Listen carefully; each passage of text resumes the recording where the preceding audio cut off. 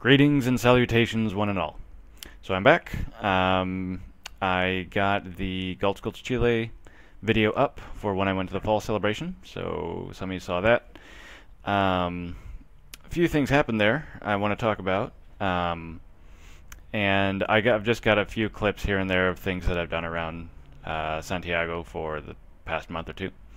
But before I get into those, let's talk about the fall celebration. So when I showed up, it was kind of hilarious because like 5 people had seen me on YouTube. With my subscriber base, that's amazing. Like I wasn't expecting to ever meet someone in real life that had seen my videos, but there were like 5 of them. So, tiny subscription base be damned, I apparently am reaching my target audience. Because guys were coming down and they're Googling it and searching YouTube, and obviously my stuff came up. So that was pretty cool. You know, it was really nice being recognized so soon. It was really bizarre, actually. So that was fun, and I also got a lot more information on the other subject I uploaded a video on, being the random traffic stops in Chile, where the caballeros just walk out and pull people over for no apparent reason and just do a... I don't know if they really search that much. It appears they're just checking paperwork and, filling stuff out. So as it turns out, it does appear that it does happen all over Chile. It's big cities, small towns, things of that nature. So everywhere. And it also seems that it is really just they're just checking boxes. Like they're not really that gung-ho about it.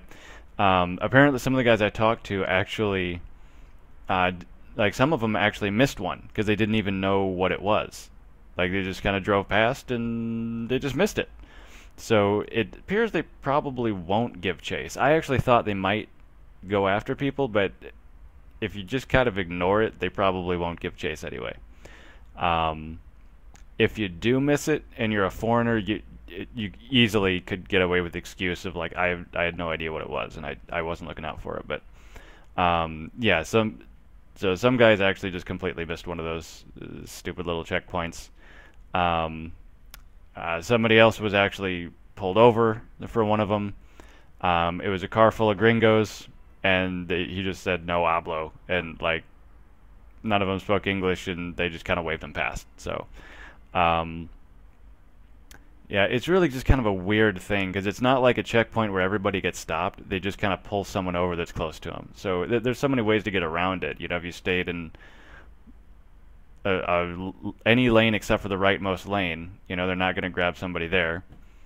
Apparently, if you just keep going, like, they're not going to care.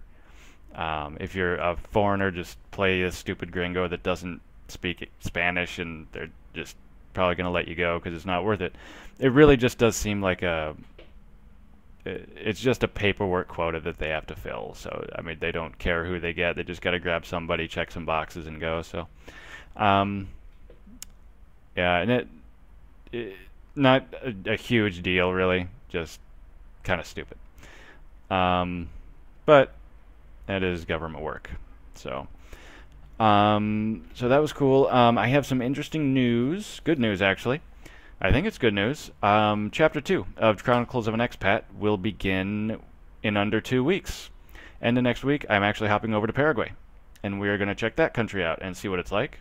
And I will give, as much information from to you as I can, being a boots-on-the-ground scout. And we'll see what happens. So stay tuned for that. And now I'll just go over just some things I did around Santiago and give you a little feel for the sights and sounds that you would see in this particular city in Chile. So here we go. So what you see here is taking place right outside of La Moneda, which is the presidential palace. And every morning the Caballeros, which is the national police force, has a parade. And it's just a marching band kind of parade, and I don't know, just a thing. So I happened to come across it, thought I'd record it. The best part is the Chilean street dogs going after the Caballeros on horseback. it basically makes for the most Chilean thing you've ever seen in your life. So, that was a bit of a spectacle, but very touristy thing. But moving on, this is actually called La Vega. La Vega is fairly famous in Santiago. It is basically a giant feria. In Chile, there are ferias, which are basically just street markets. And this is the biggest street market ever known, ever in like Chile. And it takes up it probably takes up 3 or 4 blocks. I mean, it takes up multiple blocks. It's just a ton of vendors.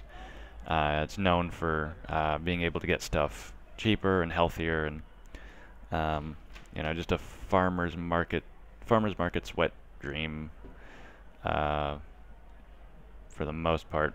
And I ended up finding some things that I was looking for. For example, I have beef with Chile's nuts. Nuts in Chile are ridiculously expensive, especially in the supermarket. It's just absurd. But I did actually end up finding walnuts and almonds here that were at least reasonably priced. I would say they were comparably priced if you're looking at something like the price comparison in the United States. So, yeah, that was just it was a huge sprawling farmers market. And if you look up La Vega, it's well known. It'll pop up as being in downtown Santiago or in the middle of the city there. So that's that.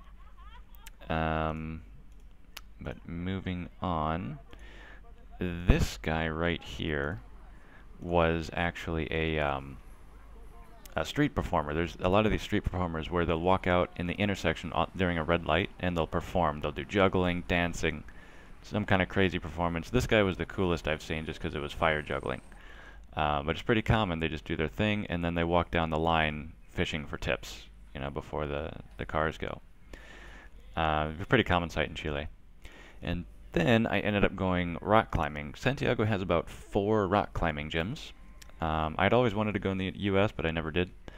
And then I met somebody here that goes to a bouldering gym.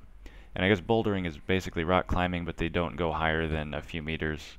And then they just have pads, so you're not hooked up to anything. So that was pretty fun. I think I'm gonna try and do it once or twice, 1 or 2 more times before I take off. But yeah, that's it. That's just a few tidbits from Chile. And again, you guys, let me know if you have any questions or anything else you want to know about. Otherwise, stay tuned for the next video, and I will see you in Paraguay soon.